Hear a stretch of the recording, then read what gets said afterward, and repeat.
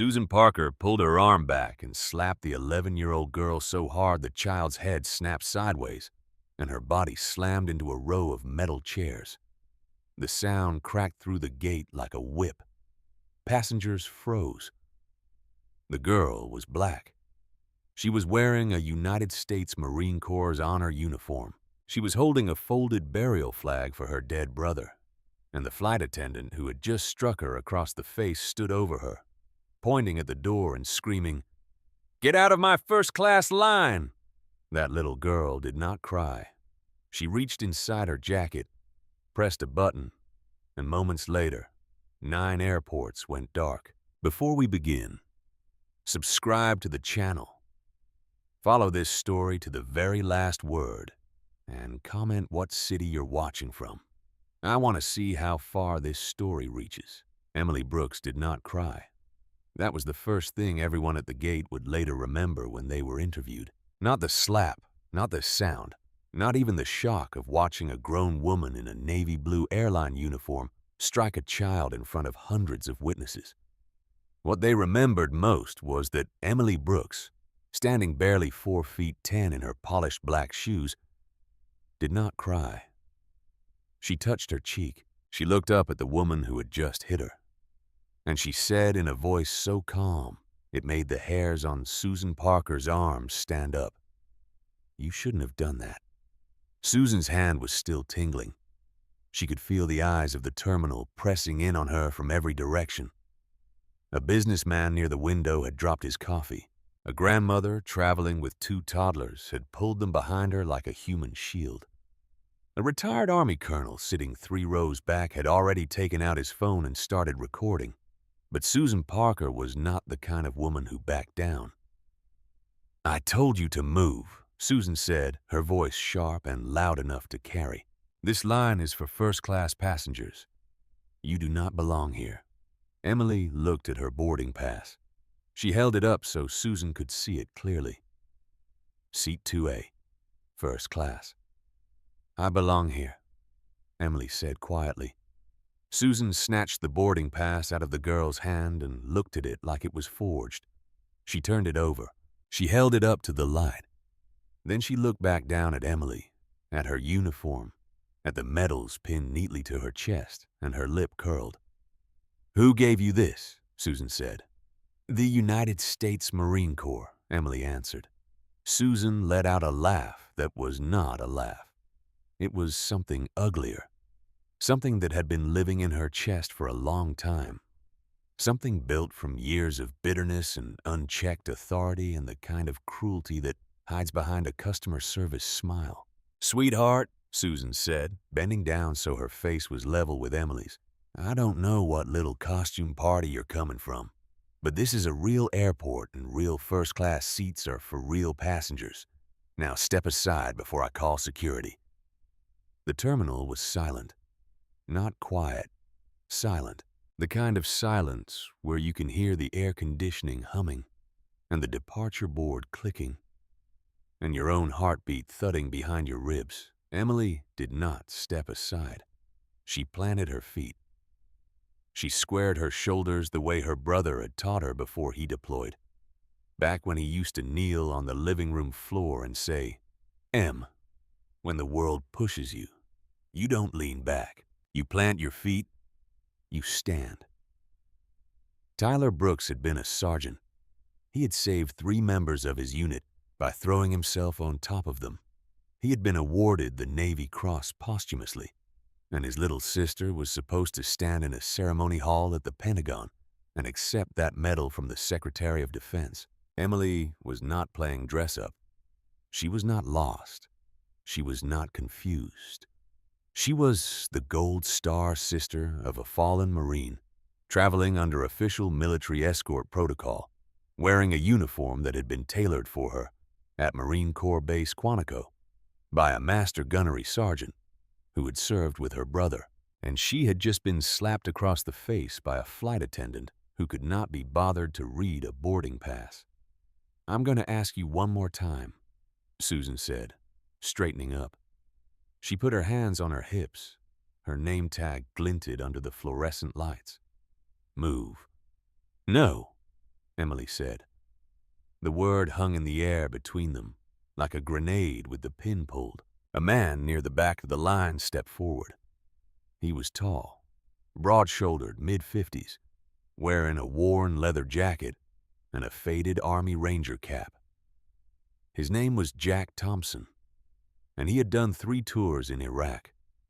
He had seen things that kept him awake at night. He had buried friends in Arlington, and he had just watched a woman slap a child who was wearing the same kind of uniform that his brothers had died in. "Ma'am," Jack said to Susan, his voice low and controlled in the way that only men who have learned to manage their rage can manage. "That girl has every right to be in this line. I suggest you step back." Susan wheeled on him. "Sir, this doesn't concern you. It concerns everyone here," Jack said. "I am the senior crew member on this flight," Susan said, her voice rising. "I decide who boards and when, and I am telling you and I am telling her that this child does not have authorization to be in this line." "She has a first-class ticket," Jack said. "I don't care what the ticket says," Susan snapped, and there it was. The sentence that would end her career and become the most replayed audio clip in the country. "I don't care what the ticket says." Emily heard it. Jack heard it. The retired colonel recording on his phone heard it. The passengers at the gate heard it. And the woman standing 30 feet behind Emily, partially hidden by a pillar, heard it too. Her name was Lieutenant Colonel Patricia Hayes. She was Emily's military escort. She had been assigned to accompany Emily from Fort Bragg to the Pentagon, and she had stepped away to confirm a security detail at the arrival gate. In that moment, the world had shifted. Patricia Hayes did not run. She walked. She walked with the kind of purpose that made people step out of her way without being asked. She was in full dress uniform. Her ribbons covered the left side of her chest like a tapestry of service. Her rank gleamed on her shoulders. Her eyes were locked on Susan Parker like targeting systems. "What is happening here?" Patricia said. Her voice was not loud. It did not need to be. It carried the weight of long service, 2 combat deployments, a Bronze Star, and the absolute unshakable authority of a woman who had commanded battalions. Susan looked at her and hesitated for the first time. "This child," Susan began, but the words sounded different now. Smaller, less certain. "This child," Patricia said, stepping between Susan and Emily, "is traveling under Department of Defense escort protocol. She is a Gold Star family member. She is the sister of Sergeant Tyler Brooks, who was killed in action in Afghanistan. She's on her way to the Pentagon to accept the Navy Cross from the Secretary of Defense. Her boarding pass, which I see you are holding, was issued by the Department of Defense Travel Office. Her seat was arranged by the Commandant of the Marine Corps, and you just put your hands on her." Susan's face drained of color, not slowly, all at once, like someone had pulled a plug. "I didn't," Susan started. "Hundreds of people just watched you slap this child," Patricia said. "Do not stand here and tell me what you didn't do."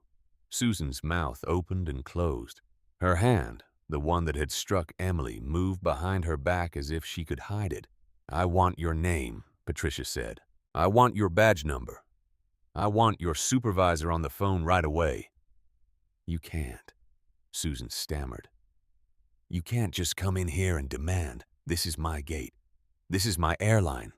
Patricia repeated her demand. Emily tugged on Patricia's sleeve. The lieutenant colonel looked down. "She took my boarding pass," Emily said softly. Patricia's jaw tightened. She extended her hand toward Susan. "Give it back." Susan looked at the crumpled boarding pass in her hand. For a moment, something flickered across her face. Not remorse, not shame. Something closer to calculation. She was trying to figure out how to spin this, how to make herself the victim, how to claim the child had been disruptive or aggressive or out of line. But then She looked past Patricia Hayes and saw the phones. Dozens of them. Every passenger in the terminal had their phone pointed at her. The retired colonel near the window, the businessman who had dropped his coffee, a young mother live streaming, a teenager who had already posted the video. Susan handed back the boarding pass. "This is a misunderstanding," Susan said, forcing a smile that looked like it had been painted on a mannequin. "I was simply following procedure.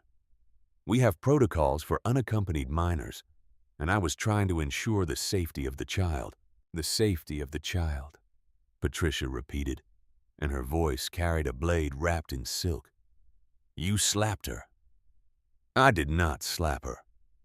I made contact in an attempt to redirect her from a secure area." Jack Thompson stepped forward again. "Lady, I was standing right there. You wound up and hit that girl like you were swatting a fly. I'll testify to that anywhere, anytime." 3 other passengers nodded. A woman in her 60s, a retired schoolteacher from Raleigh named Linda Harper, stood up from her seat and said, "I saw the whole thing. You hit that baby for no reason. No reason at all." Susan Parker looked around the terminal and realized she was completely alone. No colleague was stepping in to defend her. No supervisor was rushing over to smooth things out. The gate agent at the counter had already picked up the phone. The 2 other flight attendants standing near the jet bridge were looking at their shoes. Emily was still holding her cheek. A faint red mark was visible against her dark skin. She had not raised her voice once. She had not cried. She had not thrown a tantrum, or caused a scene or done any of the things that Susan had clearly expected her to do. She had simply stood there. Patricia knelt beside Emily. She looked at the girl's face, at the mark on her cheek, and something behind her eyes went very still and very dangerous. "Emily," Patricia said softly, "are you okay?" Emily nodded. Then she said something that changed everything. "Colonel Hayes, can I use the badge?" Patricia looked at her for a long moment. Most people in the terminal did not understand what Emily was asking. They did not know about the badge. They did not know what it could do.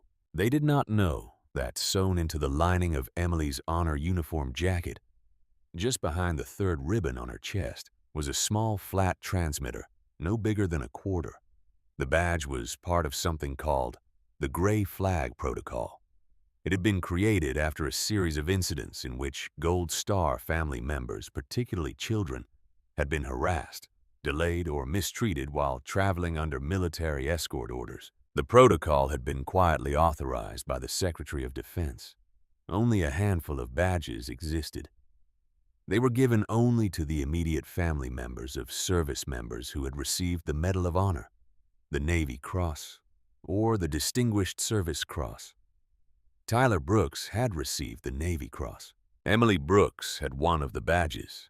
When activated, the badge sent a coded signal to the Department of Defense Operations Center, which then triggered an immediate review of the incident location.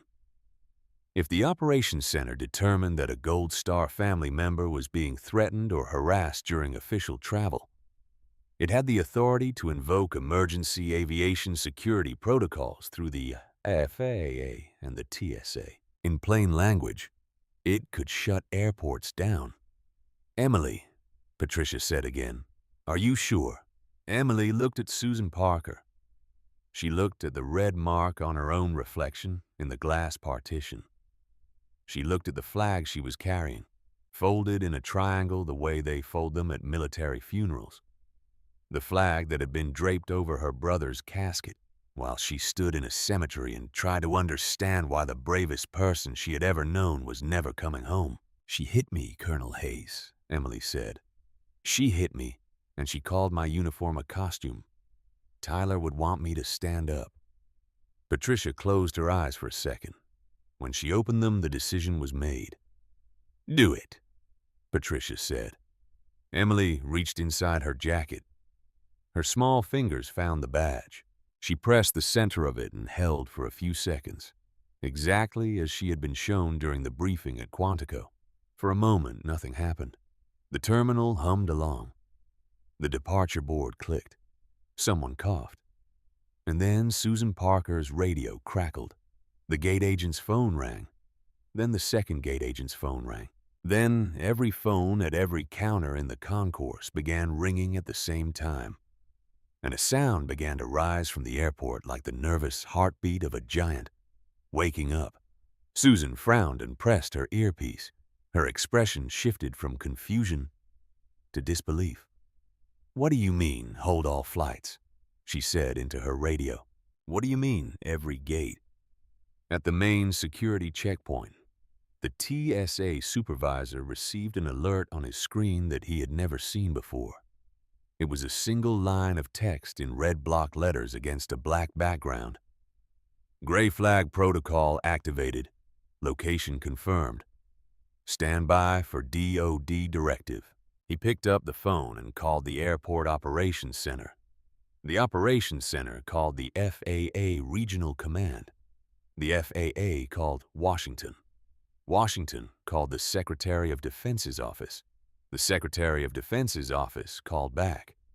The message was clear, simple, and absolute. Lock it down. Moments after Emily pressed that badge, Raleigh-Durham International Airport ceased all operations. Every departure was held.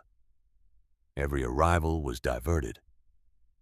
The jet bridges pulled back from the planes like arms recoiling from a burn. But it did not stop there.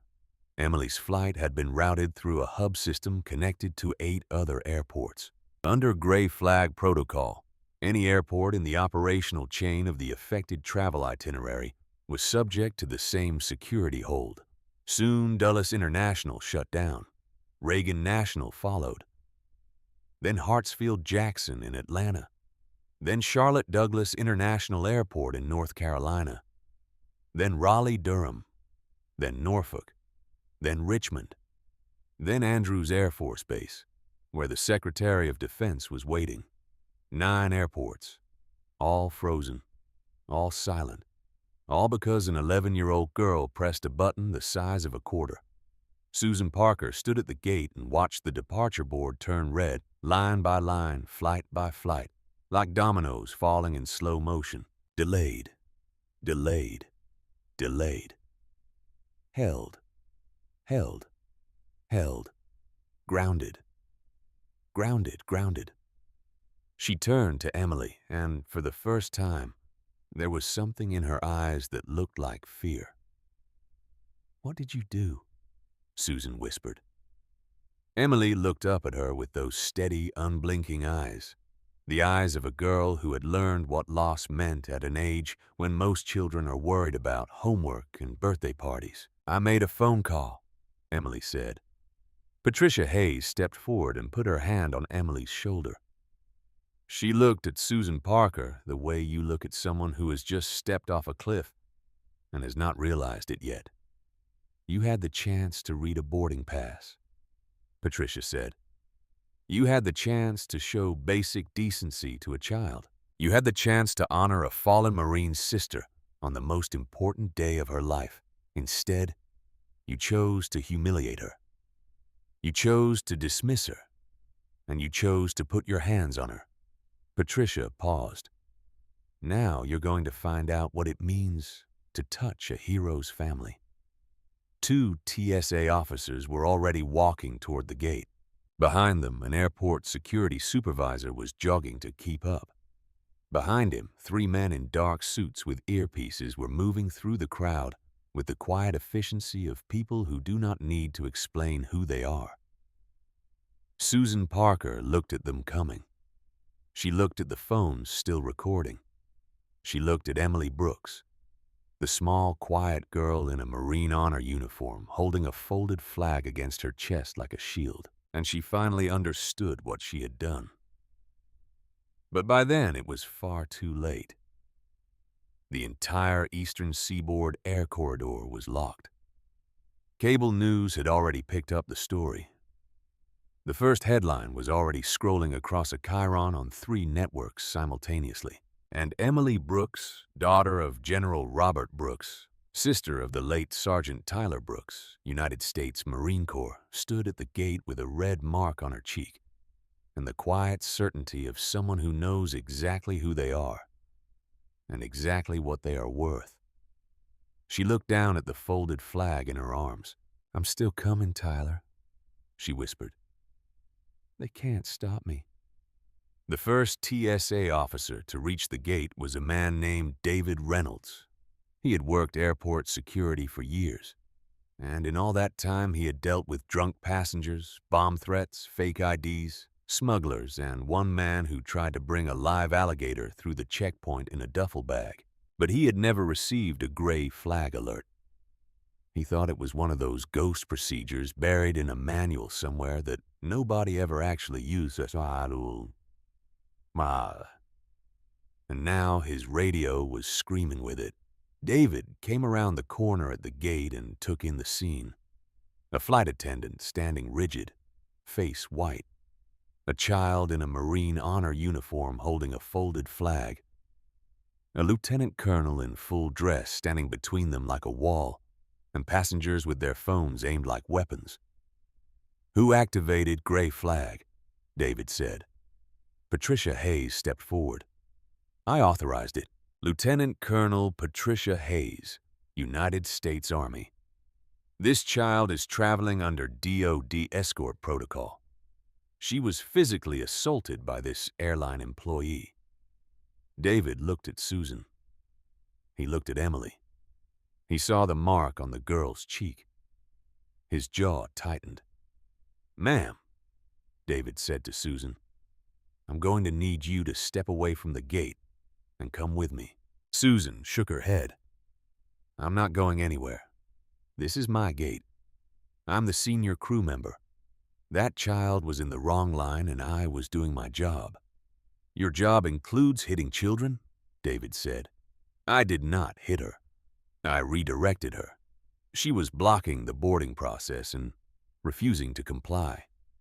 David turned to Emily. He knelt down so he was eye level with her. His voice changed completely. It went soft, careful, the way you talk to someone who has been hurt and is trying to hold it together. "Hey," he said, "what's your name?" "Emily Brooks," she said. "Emily, are you okay?" She nodded, but her hand was still on her cheek. David could see the outline of fingers in the redness. That was not a redirect. That was a full open palm strike from an adult woman to the face of an 11-year-old. "Emily, can you tell me what happened?" "I was standing in line," Emily said. "I had my boarding pass. She told me I didn't belong. I showed her my ticket. She took it from me and said I was wearing a costume. Then she hit me." Emily said it the way you recite facts. No drama, no embellishment. Just the truth. Flat and clean and devastating. David stood up. He looked at Susan Parker and something shifted in his expression. The professional neutrality was gone. What replaced it was the look of a man who has a daughter at home. "Ma'am, you are going to step away from this gate right now," David said. "That is not a request." Susan opened her mouth to argue, but the 3 men in dark suits had arrived. They did not introduce themselves. They did not need to. 2 of them positioned themselves on either side of Susan. The third walked directly to Patricia Hayes and said quietly, "Colonel, D Operations Center is on the line. Secretary Collins wants a direct briefing." Patricia nodded. She looked down at Emily. "Stay with Officer Reynolds. I'll be right back." Emily nodded. Patricia pulled out a secure phone and stepped away. The conversation lasted only a short time, but in those moments, the entire machinery of the United States government was grinding into motion. At the Pentagon Secretary of Defense, Edward Collins was sitting in his office reviewing the ceremony program for Emily's medal presentation when his chief of staff walked in without knocking. That alone told him something was wrong. His chief of staff always knocked. "Sir, we have a gray flag activation." Collins looked up. "Where?" "Raleigh-Durham International. It's the Brooks girl." Who? Collins set down his pen. He had met Emily once before at Tyler Brooks' funeral at Arlington. He remembered her standing at the graveside in a black dress, holding her father's hand, watching the honor guard fold the flag. He remembered that she did not cry then either. He had leaned down and told her that her brother was one of the bravest Marines he had ever known. And she had looked up at him and said, "I know. He was brave every day. Not just the last one." That sentence had stayed with Collins. "What happened?" Collins said. "Flight attendant physically assaulted her at the gate, struck her in the face. Colonel Hayes authorized badge activation." Collins was quiet for a moment. Then he picked up his phone and called the chairman of the Joint Chiefs of Staff. That call was brief. Then he called the FAA administrator. That call was brief. Then he called the White House Chief of Staff. That call was brief. Then he called the General Robert Brooks. That was the call that changed everything. General Robert Brooks was at Fort Bragg sitting in his office looking at a photograph of his son in dress blues. He was supposed to fly to Washington the next morning for the ceremony. Emily had insisted on going a day early. She wanted to visit Tyler's grave before the presentation. She wanted to sit with him, talk to him, tell him she was going to accept his medal, and that she would hold it with both hands the way he used to hold her when she was small. Robert had let her go. He had trusted the escort. He had trusted the system. He had trusted that in the United States of America, an 11-year-old girl carrying a folded flag and wearing her dead brother's honor on her chest would be treated with basic human decency. His phone rang. He saw the caller ID. Secretary of Defense direct line.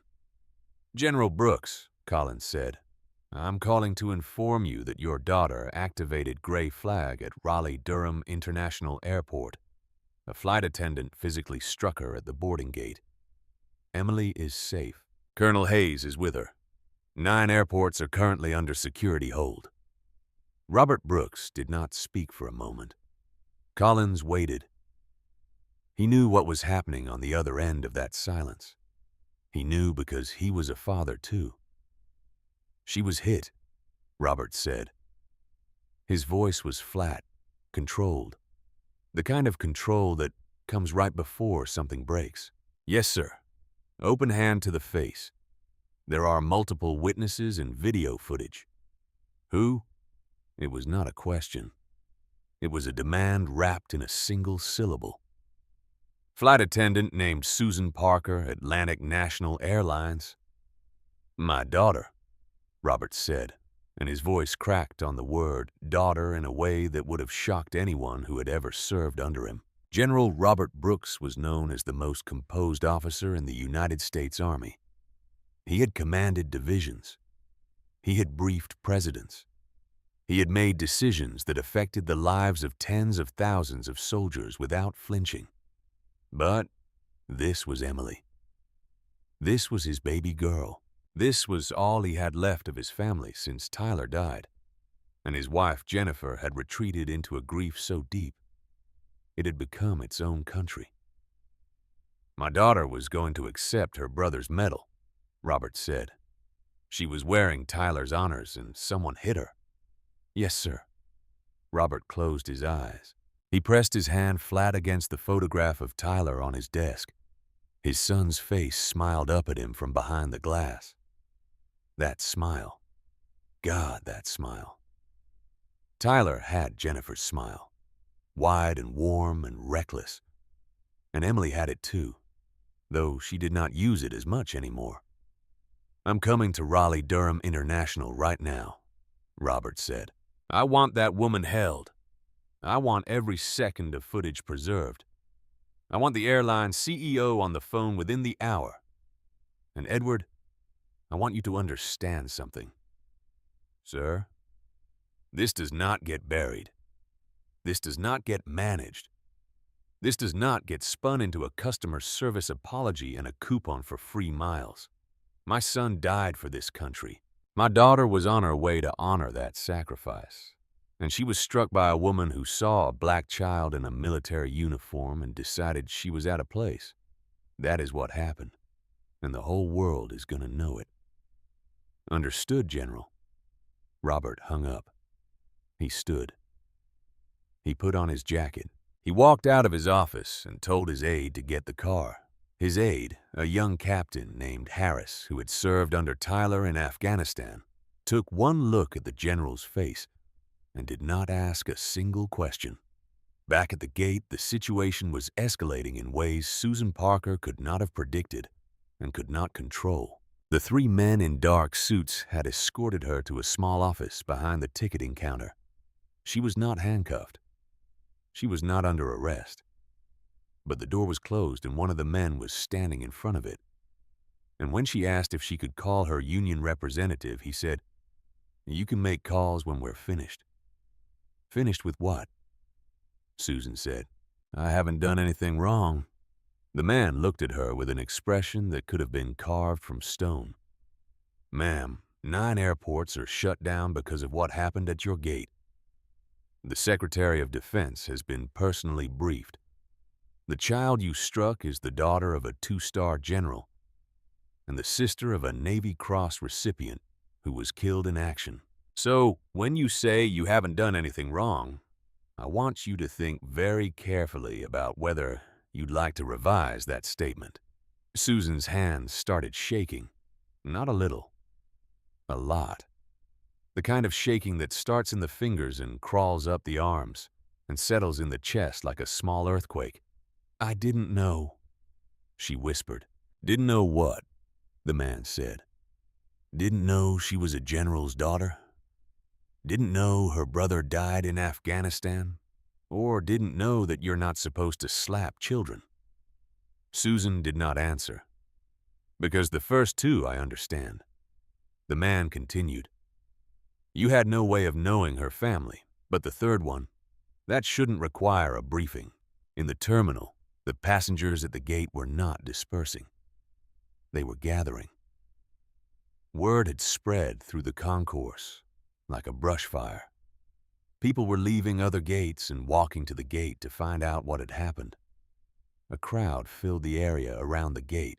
Jack Thompson, the Army Ranger veteran, had not moved from his position near Emily. He had appointed himself her unofficial guardian, and he stood with his arms crossed and his feet planted, watching anyone who came too close. When a reporter from a local news station tried to push through the crowd with a camera, Jack put his hand up. "Not now," Jack said. "Sir, this is a public terminal. We have a right to report, and that little girl has a right to not have a camera shoved in her face after she's been assaulted. Back up." The reporter backed up. Emily was sitting in a chair near the window. The folded flag was in her lap. Patricia Hayes had returned from her call and was sitting beside her.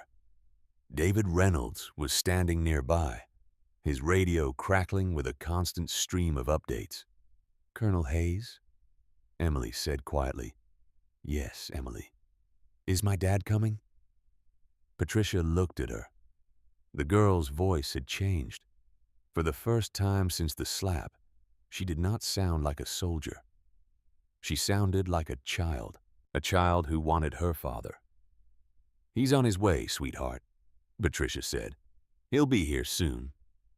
"Is he mad?" Patricia almost laughed. Mad was not the word. Robert Brooks was beyond mad. Robert Brooks was the kind of angry that builds cities and tears them down. The kind of angry that starts wars and ends careers. The kind of angry that a father feels when someone hurts his child, and he was not there to stop it. "He's concerned about you," Patricia said carefully. Emily nodded. She looked down at the flag in her lap. and ran her finger along the edge of the fold. Tyler used to say that the hardest part of being brave isn't the scary stuff. It's the waiting after. Patricia swallowed hard. He was right, she said. At the moment, the CEO of Atlantic National Airlines received a phone call that interrupted his dinner at a restaurant in Manhattan. His name was Richard Thompson. He was in the middle of his second martini when his chief communications officer called. "Richard, we have a situation." "What kind of situation?"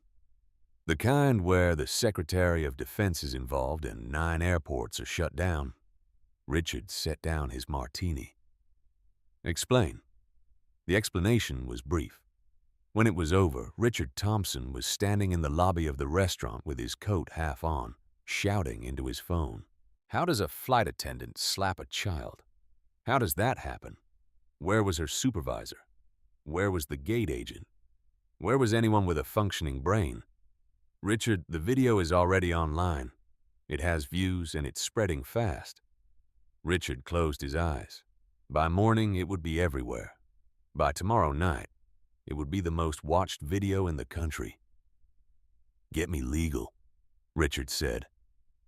"Get me PR. Get me the head of operations. And get me on a plane to Raleigh-Durham. Richard, Raleigh-Durham International is shut down. No flights in or out." Richard stood on the sidewalk in Manhattan and felt the ground shifting under his feet. He had survived fuel crises, labor strikes, and a pandemic, but he had never faced anything like this.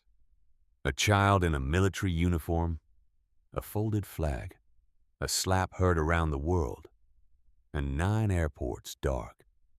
"Then get me a car," Richard said. "I'll drive if I have to." Back at the airport, something remarkable was happening. The passengers who had witnessed the incident were organizing. Linda Harper, the retired schoolteacher from Raleigh, had found a pad of paper and was collecting written statements from every person who had seen Susan slap Emily. She moved through the crowd methodically, the way she used to move through her classroom, calm and purposeful and absolutely thorough. "Your name, please. What did you see? Where were you standing? Can I have your contact information?" She collected statements. Every single one of them said the same thing. The flight attendant hit the girl. The girl did nothing wrong. Jack Thompson was recording his own statement into his phone. His voice was steady, but his hands were not. "I am Jack Thompson, retired United States Army Ranger. I was standing close to the incident. I witnessed the flight attendant, identified by her name tag as Susan Parker, strike the child, identified as Emily Brooks, with an open palm across the left side of her face. The strike was unprovoked. The child was standing in the correct boarding line with a valid first-class ticket. The flight attendant made no attempt to verify the child's boarding status before resorting to physical violence. I am willing to testify under oath to everything I have stated here." He stopped the recording and saved it. Military vehicles began arriving at the airport, then more. Within a short time, there were military vehicles parked outside the terminal, and a perimeter had been established around the gate that no unauthorized person could cross. Emily watched the soldiers arrive through the window. She recognized some of them. They were from her father's command. She had seen them at barbecues and holiday parties and at Tyler's funeral. One of them, a sergeant, caught her eye through the glass and gave her a small nod. Emily nodded back. General Robert Brooks walked through the terminal doors. The crowd parted for him the way water parts for the bow of a warship. He was in full uniform, 2 stars gleaming on each shoulder. His face was set in an expression that could stop a bullet. Captain Harris walked 2 steps behind him. 4 military police officers flanked them. Robert walked straight to the gate. He walked past the TSA officers. He walked past the men in suits. He walked past Jack Thompson, who snapped to attention without thinking. Because that is what you do when a general walks past you. He walked to Emily, and the general knelt down. He took his daughter's face in both hands, gently, so gently, and he turned her cheek toward the light. He saw the mark. He saw the redness. He saw the outline of an adult woman's hand printed on his little girl's skin. Something in Robert Brooks' chest made a sound that only Emily could hear. A sound like a door closing. A sound like a decision being made that can never be unmade. "Daddy?" Emily whispered. "I'm here, baby," Robert said. "I'm right here." "Well, she said my uniform was a costume." Robert pulled Emily against his chest and held her.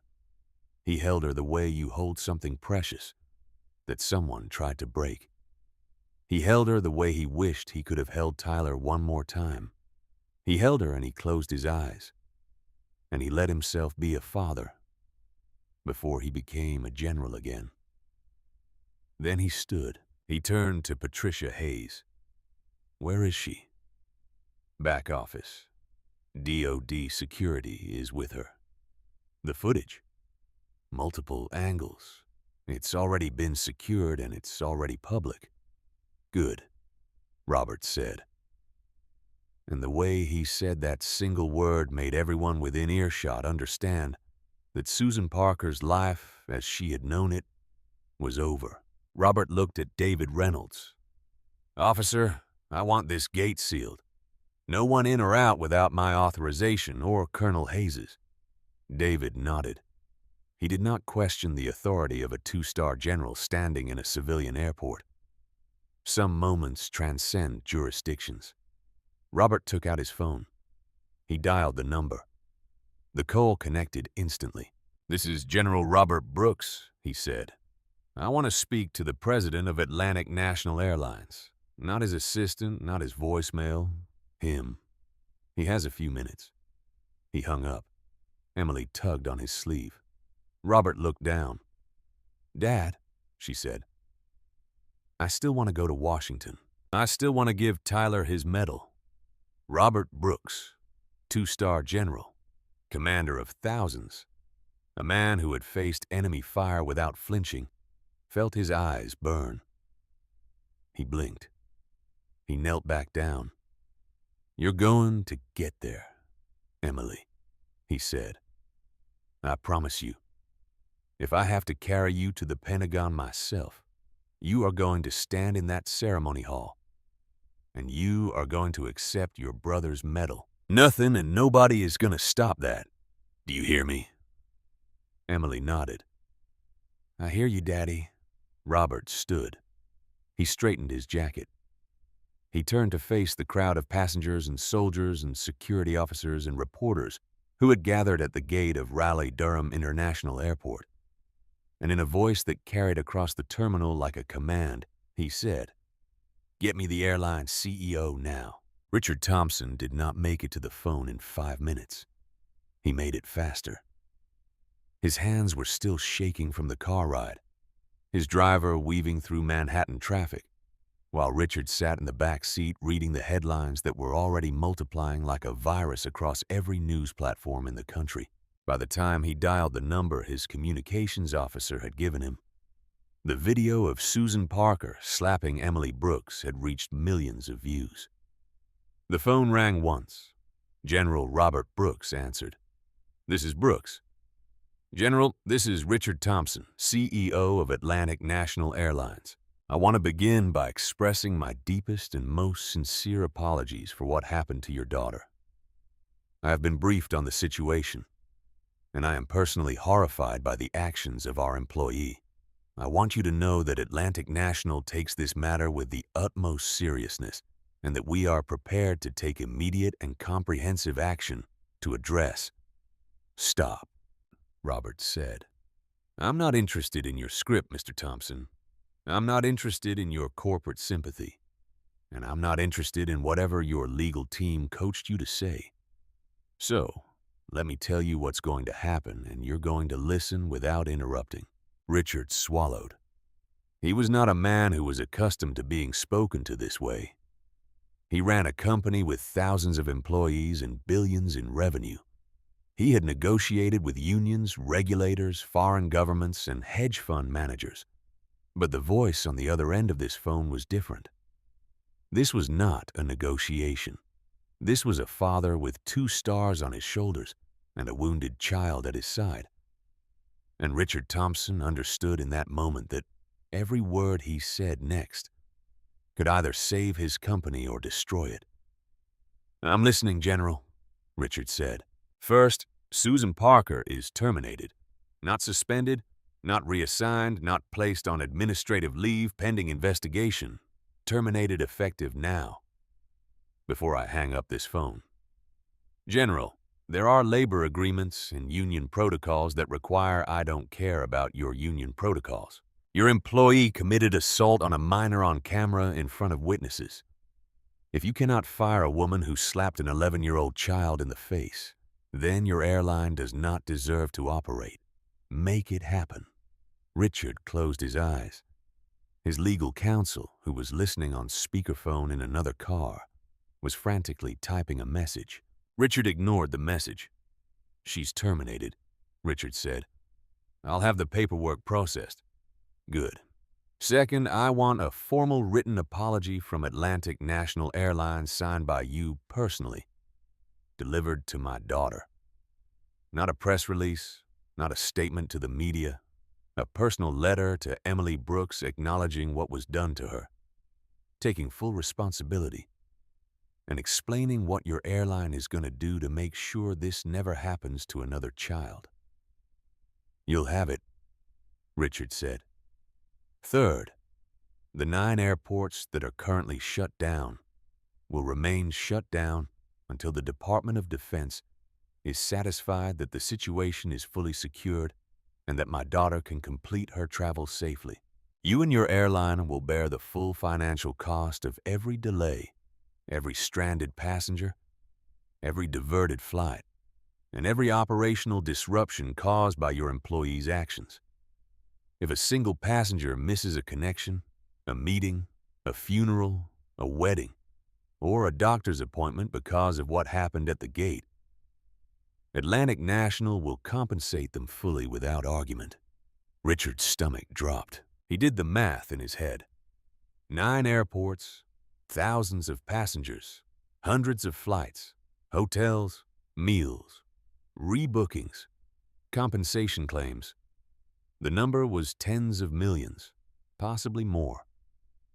"General, the financial implications of what you're describing are the consequences of employing a woman who slaps children," Robert said. "You don't get to assault my daughter and then complain about the bill." Richard said nothing. "Fourth," Robert continued, "and this is not a demand, this is a notification. I have spoken with the Secretary of Defense, I have spoken with the Chairman of the Joint Chiefs, and I have spoken with the White House Chief of Staff. The Department of Defense is launching a formal review of Atlantic National Airlines contract with the military. Your airline carries thousands of military personnel per year on government-contracted flights. That contract is worth hundreds of millions annually.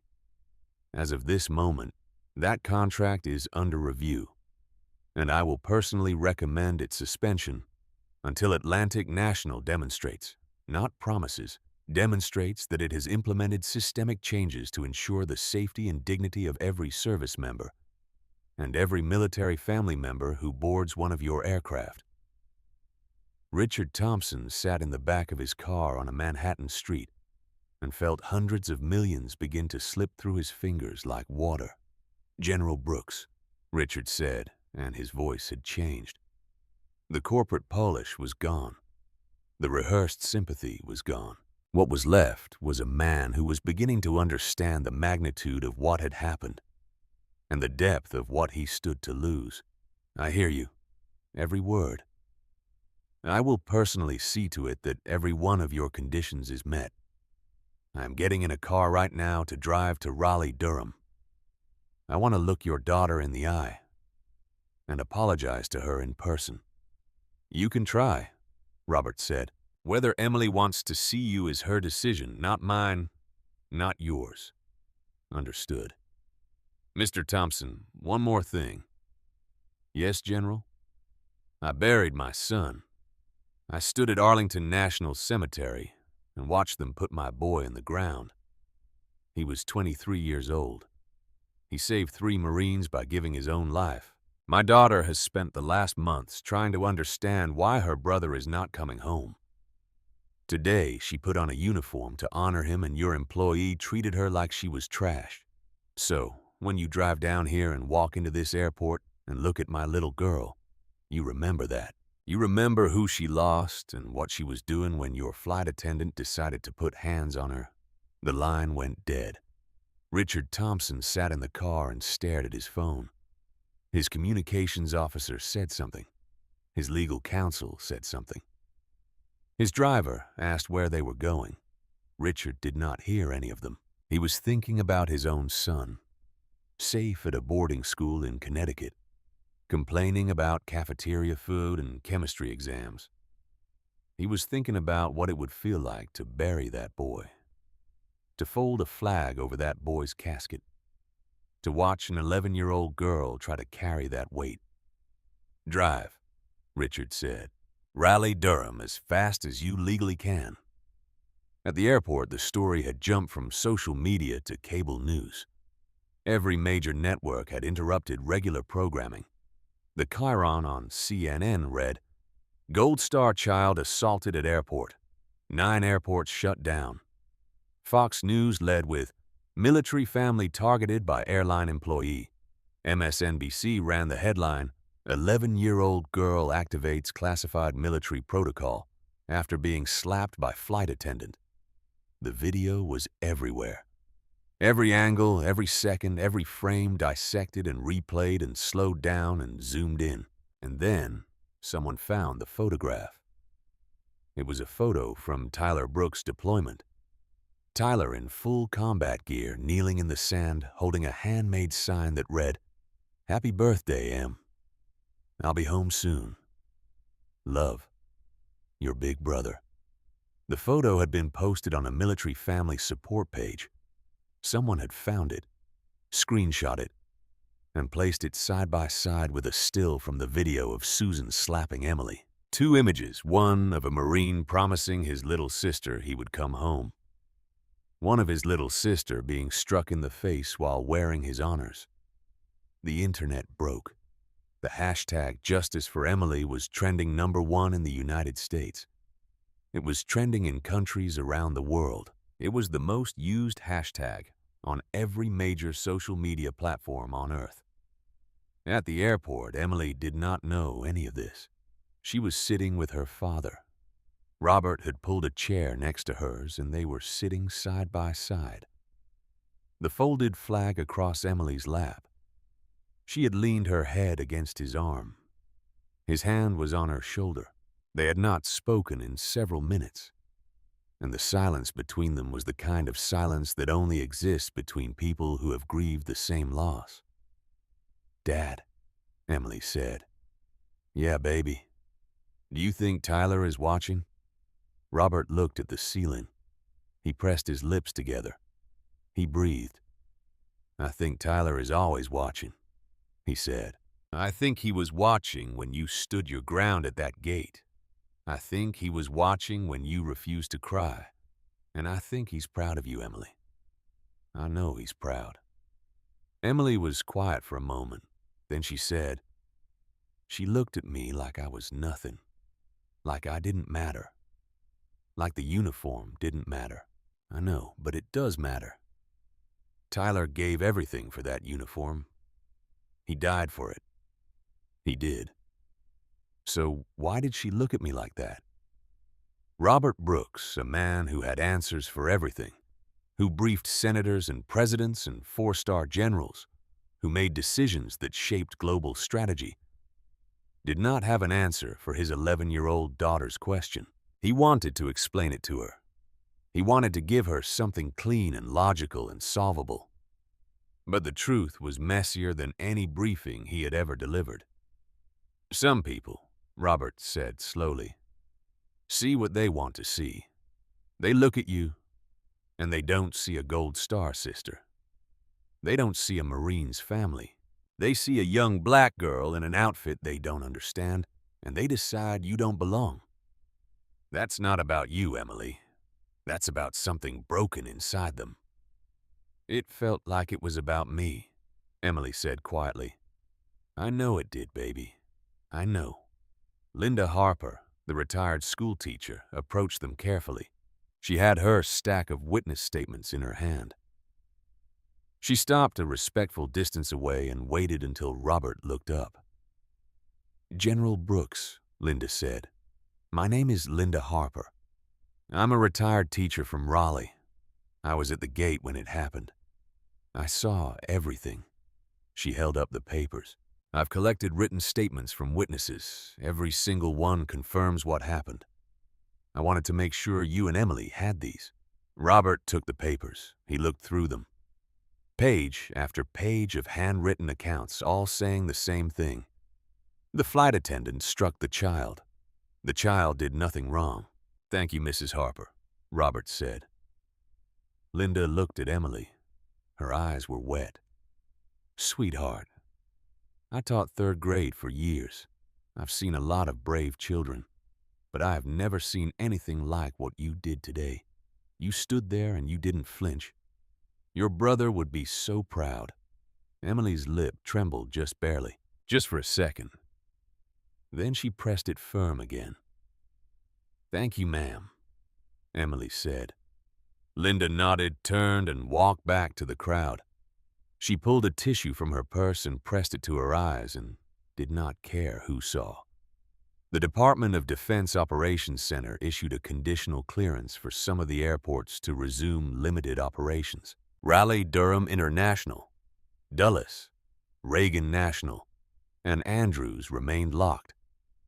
The DoD had determined that Emily's travel route needed to be fully secured before those airports could reopen, and a military transport option was being prepared as a backup. Susan Parker's termination was processed.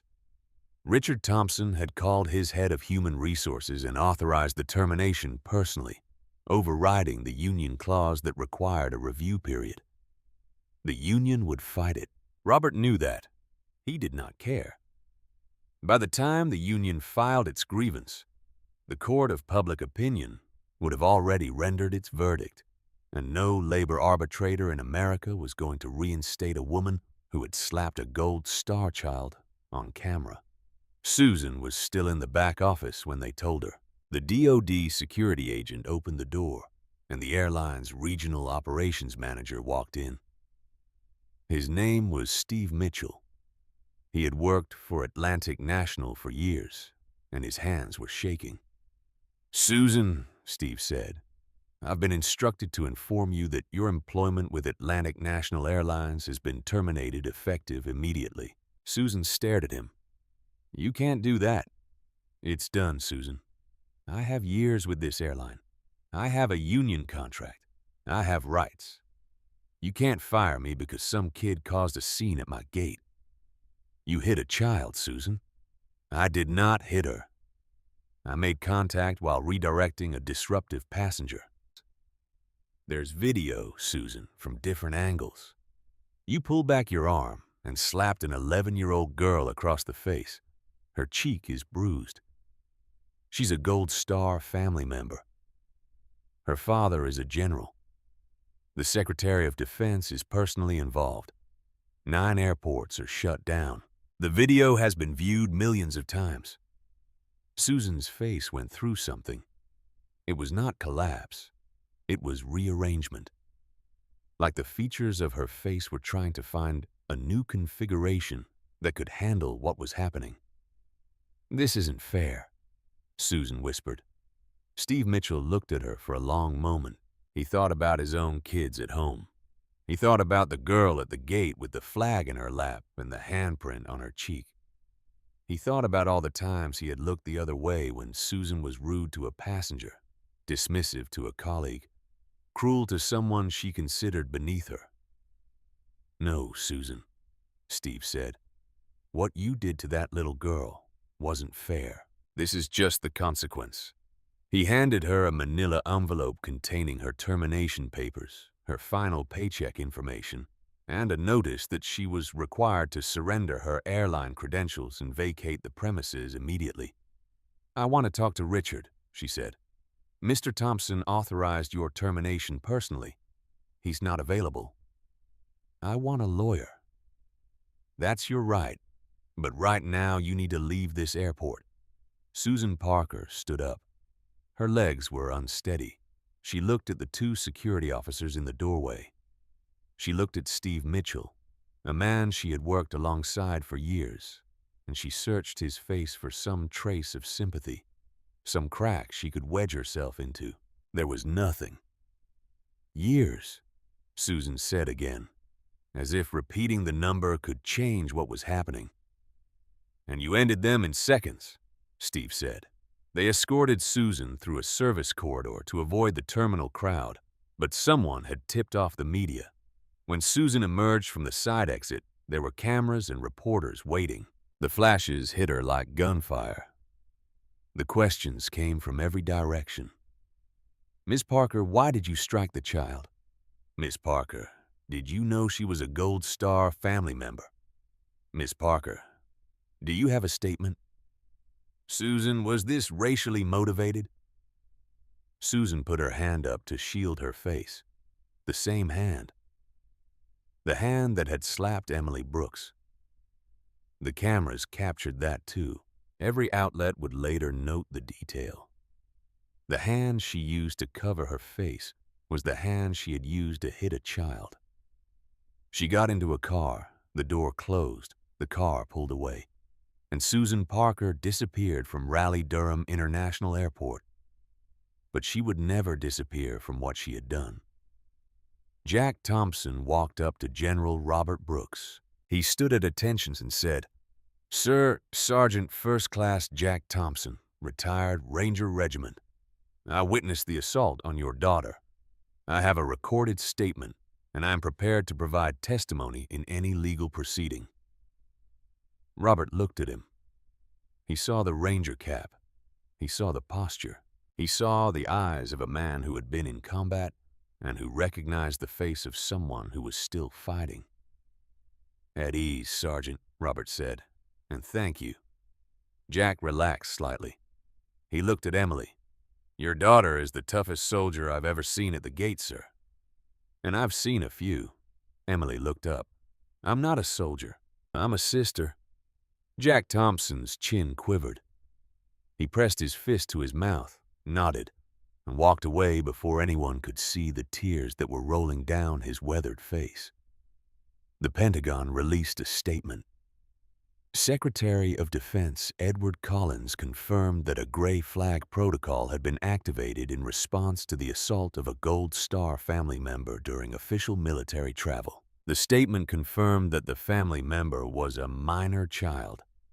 It confirmed that the assailant was an airline employee. It confirmed that the Department of Defense was conducting a full review of the airline's military transportation contract. And it concluded with a single sentence that would be quoted in every newspaper in the country the next morning. The United States military does not forget those who sacrifice, and it does not abandon those who carry that sacrifice forward. Emily read the statement on Patricia Hayes' phone. She read it twice. Then she looked at the folded flag in her lap and pressed it tighter against her chest. "They're talking about Tyler," she said. "They're talking about you too, Emily," Patricia said. Emily shook her head. "I didn't do anything. I just stood there." Patricia Hayes, a woman who had commanded hundreds of soldiers and had seen courage in a dozen forms across 2 decades of service, looked at this 11-year-old girl and felt something break open in her chest that she had kept locked for a very long time. "Emily," she said, "sometimes standing there is the bravest thing you can do." A call came through to General Robert Brooks's secure phone. He looked at the number. He stood up slowly. "Emily, stay with Colonel Hayes." He walked away and answered. "General Brooks, this is the White House. Please hold for the President." Robert held. Then a voice came on that the entire nation would have recognized. "General Brooks, I've been briefed on what happened to your daughter. I want you to know that I am personally tracking this situation." "How is Emily?" "She's strong, sir. Stronger than she should have to be. I knew your son's record, General. I signed the authorization for his Navy Cross, and I want you to know something. Emily is going to receive that medal. If I have to send Air Force One to Raleigh-Durham to make that happen, she will be at the Pentagon on time in that uniform holding that flag. That is a promise from this office." Robert closed his eyes. His hand tightened around the phone. "Thank you, Mr. President." "Don't thank me, General. Thank your daughter. The whole country is watching her right now, and what they're seeing is the best of us." The call ended. Robert stood still for a long moment. Then he walked back to Emily and sat down beside her. "Who was that?" Emily asked. Robert looked at his daughter. The mark on her cheek was darkening now, turning into a bruise, but her eyes were clear and steady, and full of the same stubborn fire that Tyler had carried in his. "Someone who wants to make sure you get to Washington," Robert said. Emily nodded. She looked at the flag. She looked at her father, and she said something so quiet that only Robert could hear it. "Tyler always said, the flag isn't just cloth. He said it's everyone who ever held it." Robert put his arm around her. "He was right, Emily, and you're going to hold it for him." Richard Thompson had been sitting across from General Robert Brooks, and in those moments he had aged years. The CEO of Atlantic National Airlines had driven through the night from Manhattan, rehearsing apologies, crafting statements, building the architecture of damage control in his head. He had called his legal team. He had called his communications director. He had called his wife once, and she had said, "Richard, you're finished," and hung up. By the time he walked into the conference room at Raleigh-Durham International Airport, he believed he was prepared for anything. He was not prepared for Robert Brooks. The general did not shake his hand. He did not offer him a seat. He did not say good morning. He sat on one side of the table with Colonel Hayes and a JAG officer, and he waited for Richard to sit down. And then he slid a single photograph across the table. It was a close-up of Emily's face. The mark was still visible. The redness had deepened into the beginning of a bruise. The outline of Susan Parker's fingers was as clear as a signature. Richard looked at the photograph and felt something drop inside his chest. "That is my daughter," Robert said. "She is 11 years old. She was traveling under military escort to the Pentagon to accept the Navy Cross on behalf of her brother, Sergeant Tyler Brooks, who died saving 3 Marines in Afghanistan. Your employee slapped her across the face at the gate because she saw a black child in a military uniform and decided she didn't belong in first class." Richard opened his mouth. "I am not finished," Robert said. Richard closed his mouth. "In the hours since this happened, millions of people have watched the video. The Secretary of Defense has called me personally. The chairman of the Joint Chiefs has called me personally. 2 United States senators have issued public statements. The NAACP has contacted my family. The Commandant of the Marine Corps has contacted my family. And your airline has not contacted my family. Not once. Not a call. Not a message. Not a word. You drove hours to get here, Mr. Thompson, and in those hours, nobody from your company picked up a phone to ask if my daughter was okay." Richard's hands were flat on the table. He could feel sweat gathering between his palms in the wood. "General Brooks, I want to begin by expressing my deepest and most sincere—" "Don't," Robert said. "Don't give me a statement. Don't give me talking points. Don't give me whatever your PR team loaded into your head during that car ride. My daughter has a bruise on her face. Talk to me like a human being or don't talk to me at all." Richard swallowed. He looked at the photograph again. He looked at Robert. He looked at Colonel Hayes, whose expression could have frozen lava.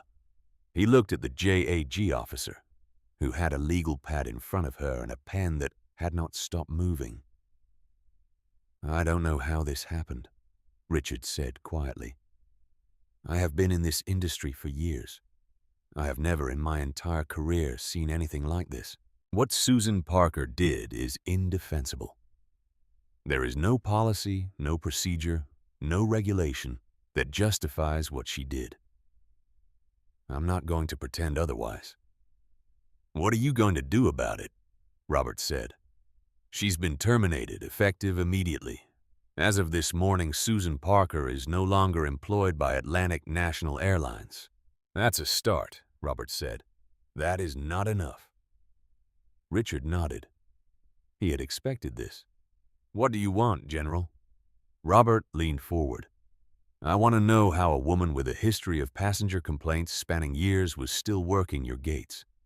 I want to know why formal complaints against Susan Parker, including previous accusations of racial bias, were filed and ignored. I want to know who reviewed those complaints and who decided they didn't matter. And I want those answers on my desk soon." Richard blinked. "Complaints?" "Your company's internal records," Robert said. "My legal team obtained them." Richard turned to his chief legal officer, a thin man who was sitting against the wall trying to be invisible. "Did you know about this?" The lawyer shifted in his chair. "Richard, I received the personnel file. I haven't had time to fully review the complaints." Richard repeated, "Accusations of racial bias, and she was still on active duty. She was still interacting with passengers. She was still representing my airline." Nobody answered. Robert tapped the photograph on the table. "This is what happens when you ignore complaints, Mr. Thompson. This is what happens when you prioritize efficiency over accountability. This is what happens when you decide that a customer service problem is cheaper to bury than to fix. My daughter's face. That's what it costs." The room was silent. Richard Thompson looked at the photograph of Emily Brooks one more time. He thought about his own daughter. He imagined someone hitting her. He imagined the sound. He imagined the mark. "General Brooks," Richard said, and his voice was different now. The CEO was gone. The corporate shield was gone. Something older and more honest was speaking. "I am going to do whatever it takes to make this right. Not because of the media, not because of the lawsuits that are coming, not because of the stock price, because that little girl was going to honor her dead brother, and my company, my people, my failure, turned that into the worst day of her life. I have to live with that, and I intend to answer for it." Robert studied him for a long time. He was a man who had spent years reading people under pressure, distinguishing genuine conviction from performance, real courage from fear dressed up in courage's clothing. He saw something in Richard Thompson's eyes that he did not expect. He saw shame. Not the performative kind, the real kind. The kind that keeps you awake staring at the ceiling. Full internal investigation. Every complaint reviewed. Every supervisor who ignored a report identified. And I want a public accounting, not a press release written by lawyers, a real accounting. "You'll have it," Richard said. "One more thing," Robert said. He stood up. "My daughter is flying to Washington today. She is going to accept her brother's medal at the Pentagon this afternoon. She will be traveling on your airline in the seat she was originally assigned because that is what her brother would have wanted. He believed in doing things the right way, even when the system failed him. Emily believes the same thing. She told me this morning she does not want a special flight. She does not want a military transport. She wants to board that plane and sit in seat 2A and fly to Washington the way she was supposed to. So, you are going to reopen this airport, You are going to put that plane back on the gate, and you are going to make sure that my daughter boards without a single person looking at her sideways. Are we clear?" Richard Thompson stood up. "We're clear, General." They didn't shake hands. Robert walked out of the conference room and found Emily sitting in the hallway with Colonel Hayes. She had the folded flag in her lap. She had changed into a fresh uniform because the first one had gotten wrinkled. Her hair was braided neatly. Her shoes were polished. The bruise on her cheek had turned a shade of purple that made Robert's blood pressure spike every time he looked at it. "Emily," Robert said, "the airport is going to reopen. Your flight is going to be reboarded. You're going to Washington." Emily looked up at him. "Seat 2A. Robert almost smiled. Almost. "Seat 2A. "Good," Emily said. "Tyler picked that seat. He always liked the window." Robert knelt beside her. "How did Tyler pick the seat, sweetheart?" "Tyler was—" He stopped. The word gone stuck in his throat like a bone. "Before he deployed," Emily said. "The last time he was home. We were in the kitchen and I told him I was scared to fly alone someday, and he said, 'Em, when you fly, you get seat 2A, window seat, front of the plane. That way you can see everything coming and nothing sneaks up on you.' So when Colonel Hayes booked the ticket, I asked for 2A. Robert pressed his lips together hard. He nodded. He put his hand on top of Emily's head and held it there for a moment. "That's a good seat," he said. The gray flag protocol was officially deactivated. Raleigh-Durham International reopened first, then Dulles, then Reagan, then the other airports, one by one. Like lights coming back on after a blackout. Air traffic control began sequencing the backlog. Airlines scrambled to reboard passengers and reassign crews.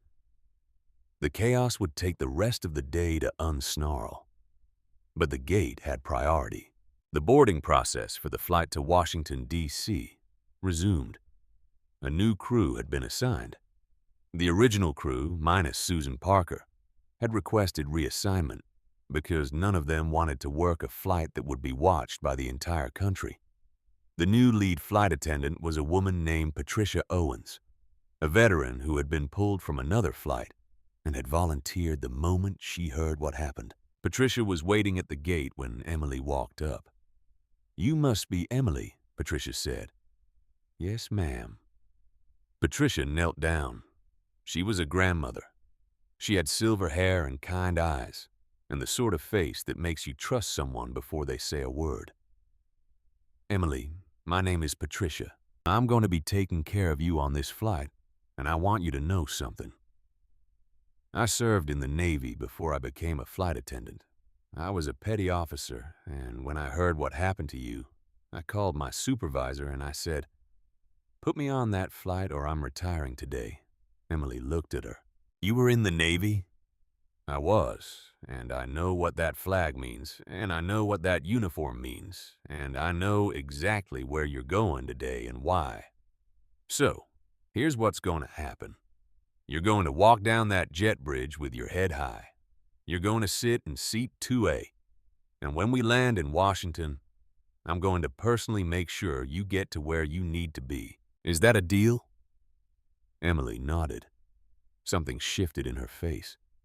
Not a smile, but the possibility of one. The ghost of it. The muscle memory of what it felt like to trust an adult. "Deal," Emily said. The passengers at the gate had been waiting. Most of them had not left. They had slept in chairs, on the floor, against the walls. They had watched the news coverage on their phones. They had read the statements from senators and generals and the Secretary of Defense. They had seen the video replayed so many times that the sound of the slap was burned into their memory. And now they were watching Emily Brooks walk toward the gate. Jack Thompson was still there. He had refused to leave. He had called his wife and said, "I'm not coming home until this girl gets on that plane." His wife, who had been married to a ranger for years and understood what duty meant, had said, "Then stay." Jack stood at the edge of the boarding line and watched Emily approach. When she was close enough, he stepped forward. "Emily," Jack said.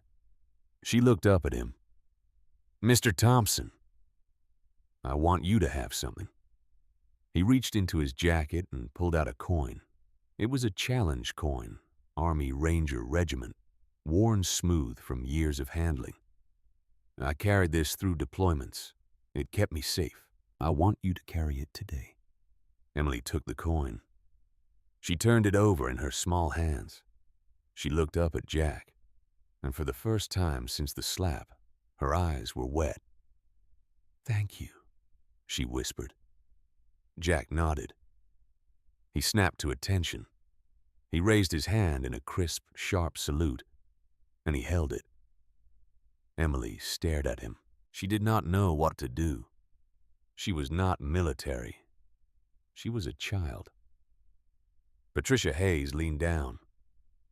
"You can nod, Emily. That's enough."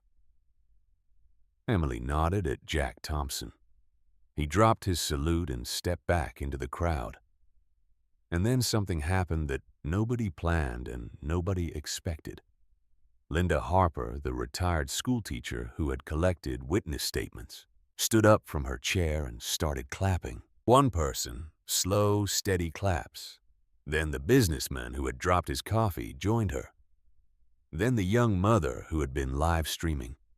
Then the teenager. Then the retired colonel. Then a family. Then a group of soldiers.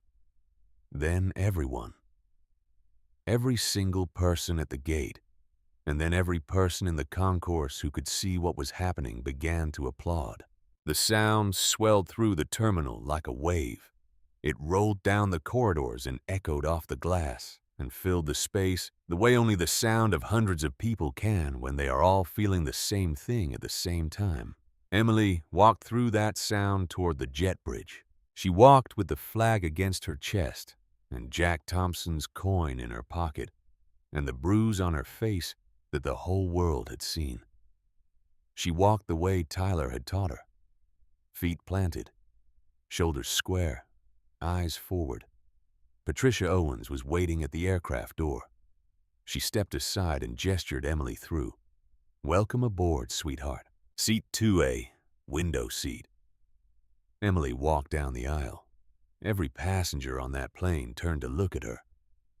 Some of them had been rebooked from other flights specifically to be on this one. A Marine corporal in uniform stood in the aisle to let her pass. An elderly man pressed his hand over his heart. A woman was crying and did not bother to wipe her eyes. Emily reached row 2. She put the flag in the seat beside her. She sat down. She looked out the window at the sky her brother used to fly through. Patricia Hayes sat in 2B. She buckled her seatbelt and looked at Emily. "You ready?" Emily touched the window with her fingertips. "Tyler said the sky looks different from up high. He said you can see the curve of the earth if you look hard enough. He said it makes all the small stuff disappear." "He was right," Patricia said softly. "I miss him," Emily said. "I miss him every day, but today I miss him the most." "I know you do. Do you think he can see me?" Patricia Hayes had commanded soldiers in combat. She had delivered death notifications to families. She had stood at gravesides and folded flags and handed them to widows and mothers and fathers. She had done all of that without breaking. But this question from this girl in this seat on this day broke through every wall she had ever built. "I think he has not looked away for a second," Patricia said. The plane pushed back from the gate. It taxied through a corridor of military vehicles that had been staged along the runway. As it turned onto the active runway, the pilot came on the intercom. "Ladies and gentlemen, this is your captain. Before we depart, I want to take a moment. We have a very special passenger on board today. Her name is Emily Brooks. She is 11 years old. She is traveling to Washington, D.C. to accept the Navy Cross on behalf of her brother, Sergeant Tyler Brooks, United States Marine Corps, who gave his life in service to our country. Sergeant Brooks saved 3 of his fellow Marines on the day he fell. His sacrifice embodies everything this nation stands for. Emily, from every member of this crew and every person on this aircraft, we are honored to fly you today. God bless you, and God bless your brother's memory. The plane was silent for a moment. Then the Marine Corporal said, "Ura," quietly, reverently, like a prayer. And then the engines spooled up and the plane began to roll. And Emily Brooks pressed her face to the window and watched Raleigh Durham fall away beneath her. Somewhere down there was the gate where a woman had slapped her and called her uniform a costume. Somewhere down there was the spot where she had pressed the badge and changed everything. Somewhere down there was the line between who she had been before and who she was becoming. Emily reached into her pocket and felt Jack Thompson's challenge coin. She reached to her right and touched the folded flag. She reached up and touched the bruise on her cheek. 3 things: a coin from a stranger who understood, a flag from a brother who was gone, and a mark from a woman who did not matter anymore. Emily closed her eyes. The plane climbed. The sky opened. She whispered so quietly that only the window could hear her. "Almost there, Tyler. Almost there." The plane touched down at Dulles International. Emily felt the wheels hit the tarmac and opened her eyes. She had not slept. She had spent the entire flight with her hand on the folded flag and her forehead against the window, watching America pass beneath her, in patches of green and gray and gold. Patricia Hayes had not slept either. She had spent the flight fielding calls on the aircraft phone, coordinating with the Pentagon, confirming security details, and quietly making sure that when Emily stepped off this plane, the world that was waiting for her would not swallow her whole. "Emily," Patricia said as the plane taxied toward the gate, "there are going to be people waiting, a lot of people. Military escort, Secret Service, and some press. You don't have to talk to anyone. You don't have to smile. You just walk with me and we go straight to the car, okay?" Emily nodded. She picked up the flag. She straightened her jacket. She touched the bruise on her cheek, which had deepened into a purple crescent that no amount of concealer could hide. She had not asked anyone to cover it. She had not wanted to. "I want them to see it," Emily had told Patricia before they boarded. Tyler had scars from training. He never covered them up. He said scars tell people you survived something. Patricia had said nothing to that because there was nothing to say. Patricia Owens came down the aisle and knelt beside Emily's seat. "We're here, sweetheart. The jet bridge is connected whenever you're ready." "I'm ready," Emily said. She stood up. She held the flag against her chest. She walked up the aisle toward the front of the plane. And as she passed each row, passengers stood. They did not plan it. Nobody announced it. It just happened.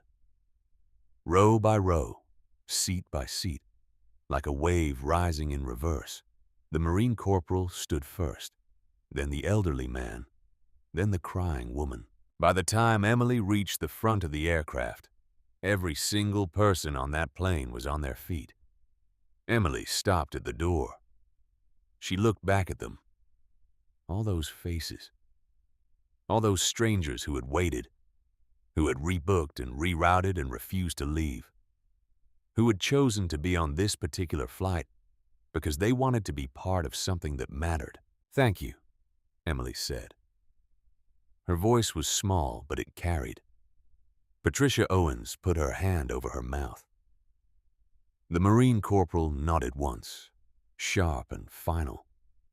The elderly man whispered, "God bless you, child." Emily turned and walked off the plane. The jet bridge was lined with military personnel. Marines in dress blues stood at attention, forming a corridor. Their white gloves gleamed. Their eyes were fixed forward. At the end of the corridor stood a Marine Master Sergeant named David Carter. He had served with Tyler Brooks. He had been one of the 3 Marines that Tyler had saved. Emily recognized him immediately. She stopped walking. "Sergeant Carter," she said. Carter looked down at her. His jaw was clenched so tight the muscles in his neck were standing out. His eyes were red. He had flown in overnight. He had not been part of the original ceremony plan. He had called the Commandant of the Marine Corps directly and said, "Sir, with all respect, I am going to be there when that little girl walks off that plane. Tyler saved my life. I owe him everything. I owe her everything." The Commandant had said, "Get on a plane, Master Sergeant." "Hey, Em," Carter said. His voice cracked on the second word. He had called her M because that is what Tyler had called her. "Hey, Sergeant Carter," Emily said.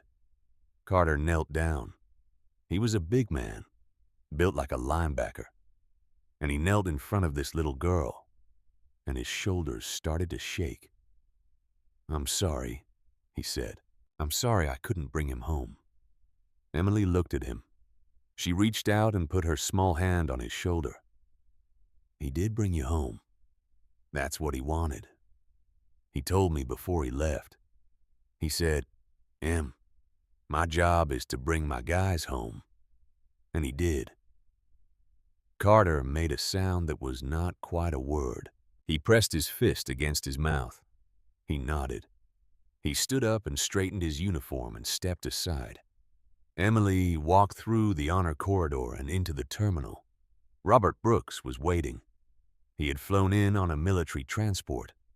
He was standing at the end of the secure corridor with Captain Harris, 2 Pentagon officials, and a woman Emily had not expected to see, her mother. Jennifer Brooks was standing next to her husband. She was wearing a black dress and a strand of pearls that Tyler had given her. Her eyes were swollen. Her hands were clasped in front of her so tightly her knuckles had gone white. Jennifer had not left the house in months. She had not attended a public event since Tyler's funeral.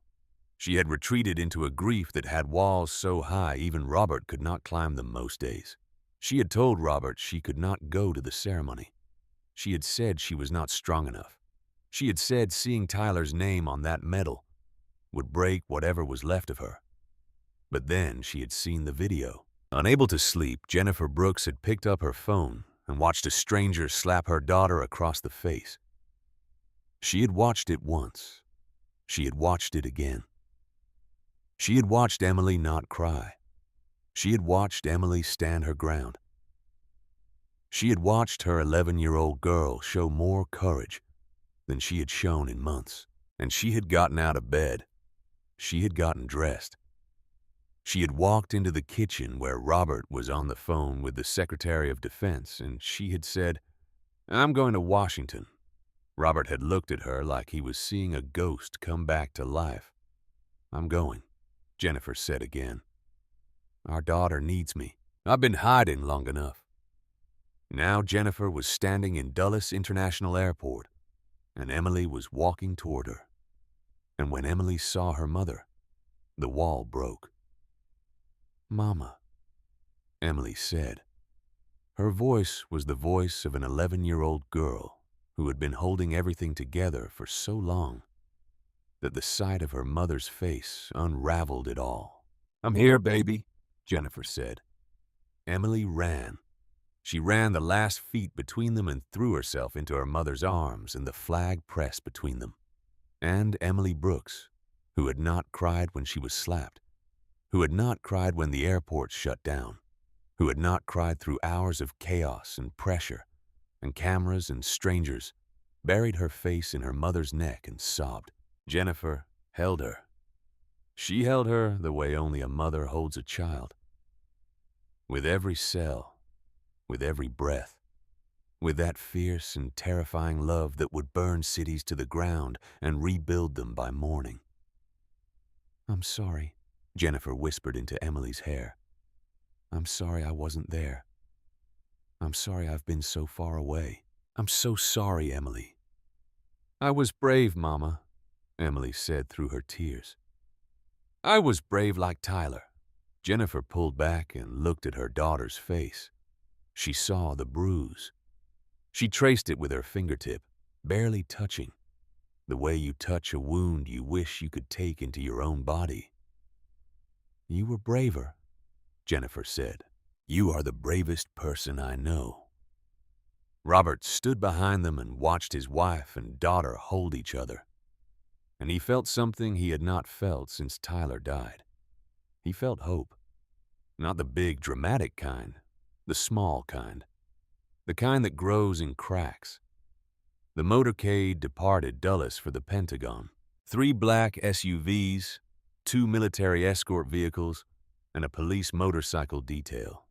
Emily rode in the second SUV with her parents and Colonel Hayes. She sat between Robert and Jennifer. The flag was in her lap. Jack Thompson's challenge coin was in her right pocket. She was quiet for most of the ride. Then she said, "Dad, what happened to the lady?" Robert looked at Jennifer. Jennifer looked at Robert. They had the silent conversation that parents have when they are deciding how much truth a child can carry.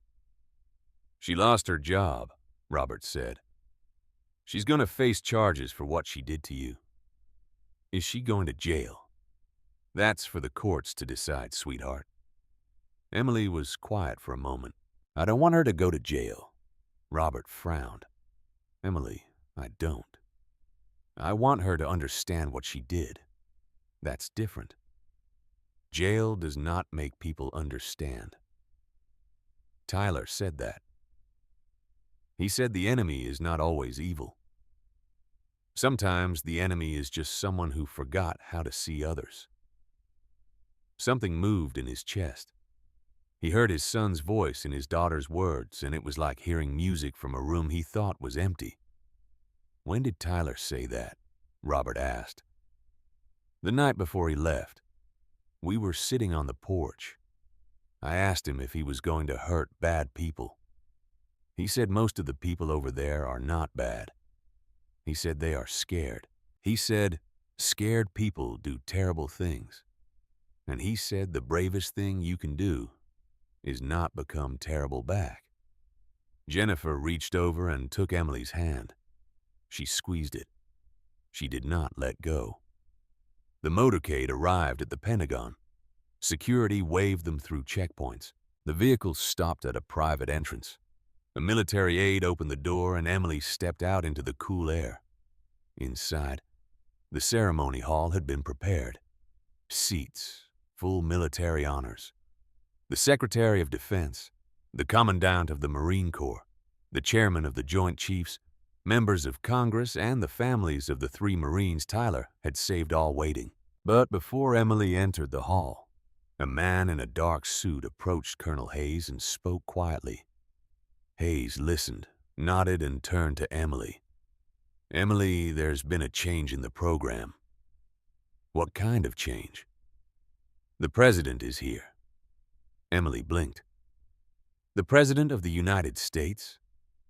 "Yes, he flew in from Camp David this morning. He wants to present the medal himself." Robert's jaw tightened. He had not been told. He turned to Hayes. "Since when?" "Since the video spread, sir. The White House called the Secretary's office." Emily looked at her father. "Is that okay?" Robert took a breath. He knew what this was. He knew the politics of it. He knew that the president's presence would turn a military ceremony into a national moment, a photo opportunity, a story that would dominate the news cycle. He knew that there were people in the White House right now, calculating the political value of standing next to a bruised little girl holding a dead Marine's flag. But he also knew something else. He knew that Tyler would have been proud, not of the politics, of the recognition. Tyler believed in the office of the presidency. He believed in the chain of command. He believed that service to country meant something larger than anyone's ambition. "It's okay," Robert said. They entered the hall. Emily walked between her parents, the flag in her arms. The people in the seats turned to watch her banner. Some stood, then more stood, then everyone stood. The sound of chairs scraping and bodies rising filled the room like a collective exhale. Emily walked down the center aisle toward the stage. She could see the medal on a cushion in a display case. The Navy Cross. 5-pointed star suspended from a dark blue ribbon with a white center stripe. It was smaller than she had imagined. It was the size of her palm, and it represented the last moments of her brother's life. The Secretary of Defense was standing at the podium. The President was standing beside him. The Commandant of the Marine Corps was standing on the other side. 3 of the most powerful men in the country waiting for an 11-year-old girl. Emily climbed the steps to the stage. She stood where she had been told to stand. She held the flag. The Secretary of Defense spoke first. He read the citation. He described what Tyler had done: the patrol, the IED, the explosion. How Tyler had thrown himself across 3 wounded Marines and shielded them with his body. How the blast had taken his life and spared theirs. How the 3 Marines were alive today because a sergeant from North Carolina had decided in a fraction of a second that their lives were worth more than his own. She did not move. She did not blink. She held the flag, and she listened to the official language of her brother's death. The clinical, precise, military language that turned the worst moment of her life into a series of facts and coordinates. Then the President stepped to the podium. He looked at Emily. He looked at the bruise on her cheek, and he did something that was not in the program, and not in the script, and not in the briefing book his staff had prepared. He stepped away from the podium and walked to Emily and knelt in front of her, right there on the stage, in front of people and cameras. "Emily," the President said, "I'm not going to give you a speech. You've had enough speeches. I'm going to tell you what I see. I see a girl who has every reason to be angry and afraid, and instead, she's standing here with her head up, honoring her brother. I see a girl who got knocked down and got back up. I see a girl whose brother would be so proud of her that he would not be able to speak. I see a girl who reminded this entire country what courage looks like. Not the battlefield kind, the everyday kind. The kind it takes to stand your ground when someone tells you that you don't belong." He paused. His voice had thickened.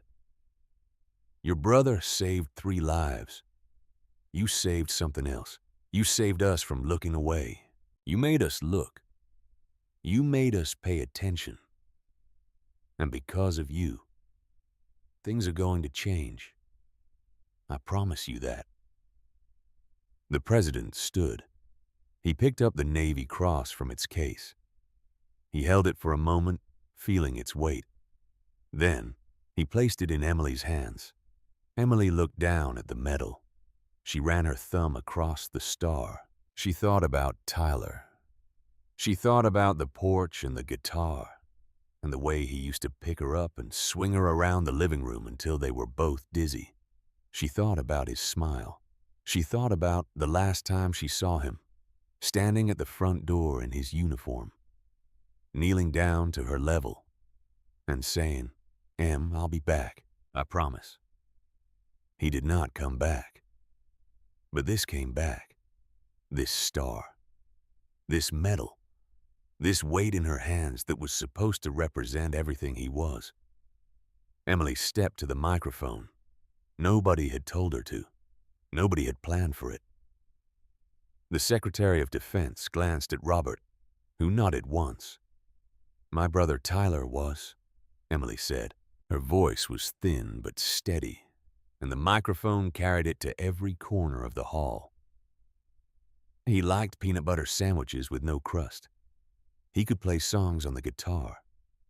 He was afraid of spiders. And he was the best person I ever knew. She paused. She took a breath. A lady at the airport looked at me and decided I did not matter.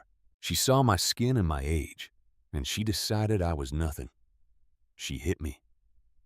And I want you to know something. It hurt. Not just my face. It hurt inside. Because I was wearing Tyler's medals. I was carrying Tyler's flag. And she looked at all of that, and she saw nothing worth respecting. The hall was silent, people holding their breath. But here's what Tyler taught me. He said people who hurt you are telling you who they are.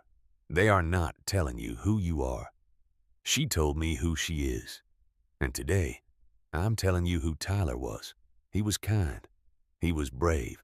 He loved his country. He loved his family. He loved his Marines. And when it mattered the most, he gave everything he had so other people could live. Emily held up the medal. This is his, not mine. I'm just holding it for him until I see him again. She stepped back from the microphone. The hall erupted. People rose to their feet. The applause was thunder. It was rain. It was the sound of a nation catching its breath and letting it go. In the front row, the 3 Marines Tyler had saved were on their feet. Master Sergeant David Carter was weeping openly, his chest heaving, making no attempt to stop. Beside him, Corporal, who had been young on the day of the blast, was gripping the back of the chair in front of him so hard his knuckles were white. And Staff Sergeant, who had been the closest to the IED when Tyler covered them, was standing with her hand raised in salute, tears streaming down her face, holding the salute like she would hold it forever if she had to. Jennifer Brooks was standing in the front row with her hands pressed to her chest, crying in a way she had not cried since the funeral. But this time, it was different. This time, there was something in the tears that was not just grief. It was pride. It was the kind of pride that hurts worse than sadness, because it is tied to something you can never get back. Robert Brooks stood beside his wife and watched his daughter hold his son's medal. And he felt the 2 halves of his heart, the broken half and the still beating half, pressed together for the first time in months. Emily walked off the stage and into her parents' arms, and the 3 of them stood there, holding each other, and the flag and the medal. And for one moment, just one, Tyler was there too. Not as a ghost, not as a memory, as the love that built this family and the sacrifice that nearly destroyed it, and the courage that held it together. After the ceremony, Emily and her parents walked to Arlington National Cemetery. They walked together across the green grass until they found the white marble headstone. Sergeant Tyler D. Brooks, United States Marine Corps. Beloved son, beloved brother. Navy Cross. Emily knelt in front of the stone. She placed the medal case at its base. She put her hand flat against the marble, the way she used to put her hand flat against Tyler's chest when she was little and wanted to feel his heartbeat.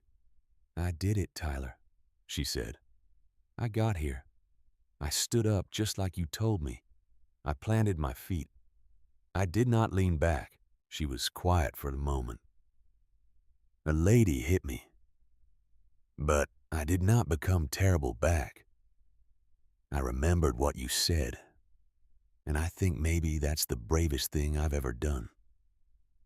She stood. She wiped her eyes with the back of her hand. She looked at the rows of white stones stretching in every direction, each one a story, each one a family, each one a brother or a sister, or a son or a daughter who did not come home. I love you, Emily whispered to the stone. I'll come back. I'll always come back. Jennifer put her arm around Emily's shoulders. Robert put his arm around Jennifer. They stood in a line of 3 where there should have been 4, and the wind moved through Arlington like a long, slow breath.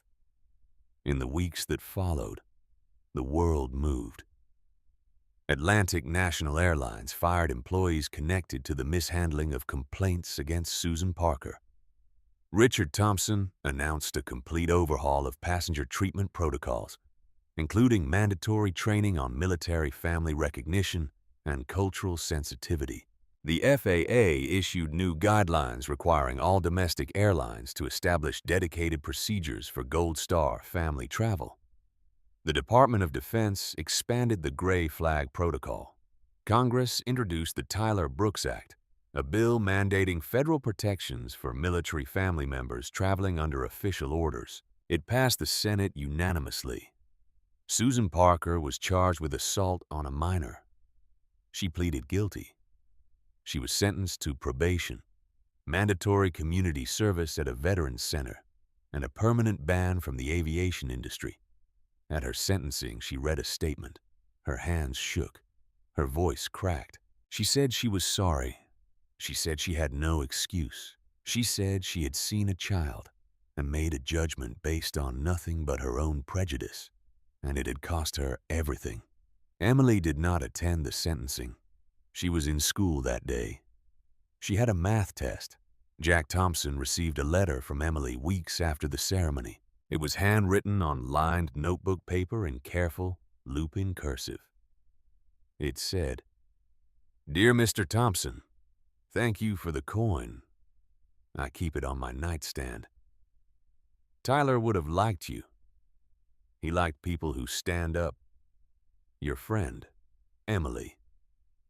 Jack Thompson read that letter at his kitchen table and cried into his coffee, and then taped it to his refrigerator, where he could see it every morning. Linda Harper, the retired schoolteacher, was invited to the White House for a ceremony honoring civilian bystanders. She wore her best dress. She brought the witness statements in a manila envelope. When a reporter asked her why she had collected them, she said, "Because the truth does not collect itself. Somebody has to write it down." Patricia Owens continued to fly. She requested permanent assignment to the Raleigh-Durham to Washington route. Every time she worked that flight, she saved seat 2A. It stayed empty unless a military family member needed it. Master Sergeant David Carter returned to his base. He started a mentorship program for young Marines, and he named it the Brooks Program. On the wall of his office, he hung a photograph that a Pentagon photographer had taken at the ceremony. It showed Emily on the stage holding the Navy Cross, bruise visible on her cheek, eyes steady, chin up. Underneath the photograph, Carter had written 3 words in black marker. She stood up. Emily Brooks went back to school. She went back to homework and soccer practice and arguments about bedtime. She turned 12. She asked for a guitar. She started learning the songs Tyler used to play. She was not very good yet, but she practiced every night, and Jennifer would sit on the porch and listen to the stumbling chords and hear, underneath the wrong notes and missed beats, the echo of her son's hands on the same strings. On the anniversary of the slap at the gate, Emily returned to Raleigh-Durham International Airport. She walked to the gate. She stood in the exact spot where Susan Parker had struck her. She stood there for a full minute in silence, with her hand on Jack Thompson's challenge coin in her pocket. Then she turned and walked away. She did not look back. She did not give a speech. She did not pose for photographs. She simply walked through the terminal and out to the car where her parents were waiting. Robert asked her, "How do you feel?" Emily thought about it. "I feel like Tyler," she said. "He always said the mission is not over when the fight ends. It's over when you get home." She buckled her seatbelt. "I'm home, Dad." Robert Brooks put the car in drive. Jennifer reached back and squeezed Emily's hand, and they drove away from Raleigh-Durham International Airport for the last time. A family of 3 that carried a family of 4 in their hearts, driving toward a future that one act of hatred had tried to destroy and one act of courage had built back stronger. Emily Brooks never forgot what happened at the gate, but she did not let it define her. She let it refine her. She grew up, she went to college, she studied law. She spent her life making sure that no child, no family, no person carrying the weight of sacrifice would ever be made to feel like they did not belong. And every year on the anniversary of Tyler's death, she flew to Washington. She sat in seat 2A. She carried the flag. And she visited a white stone in Arlington and told her brother everything. She always ended the same way. "I'm still standing, Tyler. I planted my feet, and I never leaned back." In the quiet aftermath of that unforgettable moment at the gate, one powerful truth rises above everything else. True courage isn't always loud or dramatic. It's often found in the stillness of a child who refuses to break when the world tries to crush her spirit. Emily Brooks taught us that real strength comes from planting your feet and standing firm, even when someone in authority looks at you and sees nothing but what they want to see. She showed us that dignity is not given. It is claimed, quietly and fiercely, by those who carry the weight of love and sacrifice in their hearts. When faced with cruelty, she didn't respond with anger or tears. She responded with the calm certainty that her brother's legacy lived inside her, that her uniform meant something sacred, and that no one could take that away. This story reminds us that every act of disrespect toward the vulnerable is not just an insult to one person. It is an insult to every hero who ever stood between us and darkness. Yet it also shows the beautiful power of ordinary people who choose to stand up. The veteran who refused to stay silent. The teacher who gathered truth on paper. The strangers who turned their applause into a wave of support. In the end, Emily didn't just survive that moment.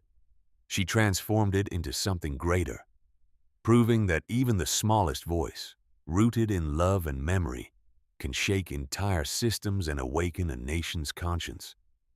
Her quiet bravery whispers to all of us, when life pushes you, don't lean back.